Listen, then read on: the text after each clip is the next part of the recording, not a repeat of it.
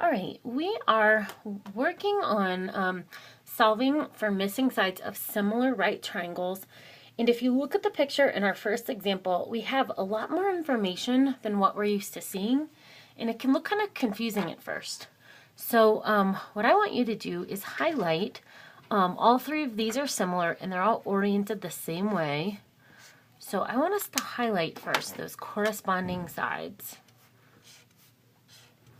So the short legs correspond, the long legs correspond, and the hypotenuses correspond. And just for ease of referring to these, I'm going to call this small, medium, and large. All right, so we are going to find in this example all three variables. So if I'm trying to find x, it's not easy to figure out what my scale factor is from one triangle to the other. So what I'm going to do is I'm going to look for which two out of the three triangles contain x. And if I look, my small and my medium. So when I find x, I'm only using the small and the medium triangles. Next, I'm going to look at what colors x is, like on what side of the triangle x is. So x is on the blue leg here and the yellow leg here. So I know I'm going to use blue and yellow. So I'm going to forget about the pink, y and z, forget about the large triangle, and set up a proportion. So I could say x over 9 equals 16 over x, or x over 16 equals 9 over x.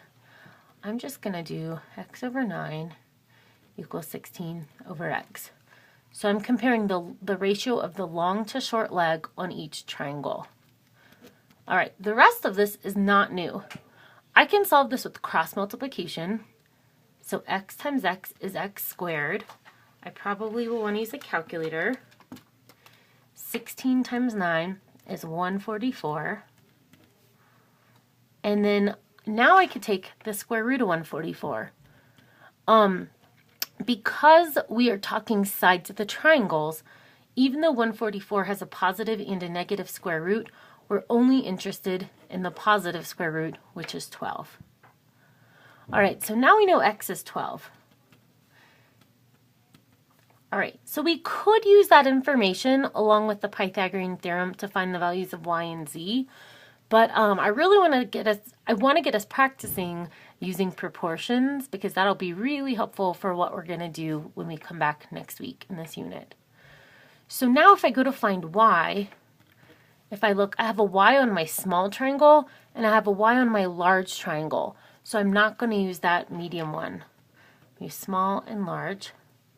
And then if I look, y is in the pink and the yellow positions. So I'm going to say pink and yellow. You may be highlighted differently, which is fine. So when I set this up, I can now say y over 9, pink to yellow, equals 25 over y. So you might notice in all of these, our variables end up diagonally across from each other. And we're going to talk about what that means more next time I see you.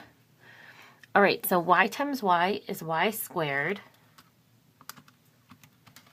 And then 25 times 9 is 225. So to solve, I just take the square root.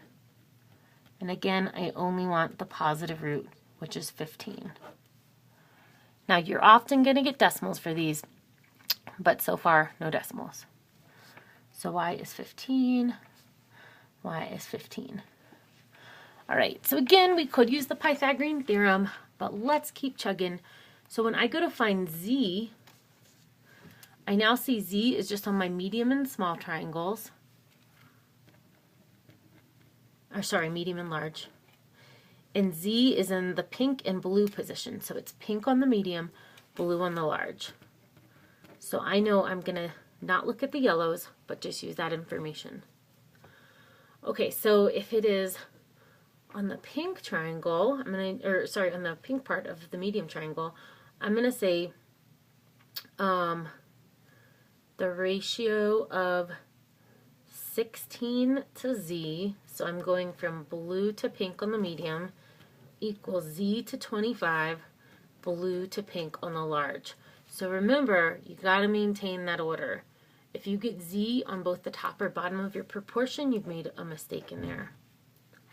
All right, so now when I cross multiply, I get z squared equals 25 times 16, which is 400. And then I can take the square root of both sides. And so z is equal to 20. All right, I'm going to make a second video for the first practice question, but go ahead and try the practice, and if you get stuck, you can watch the next video.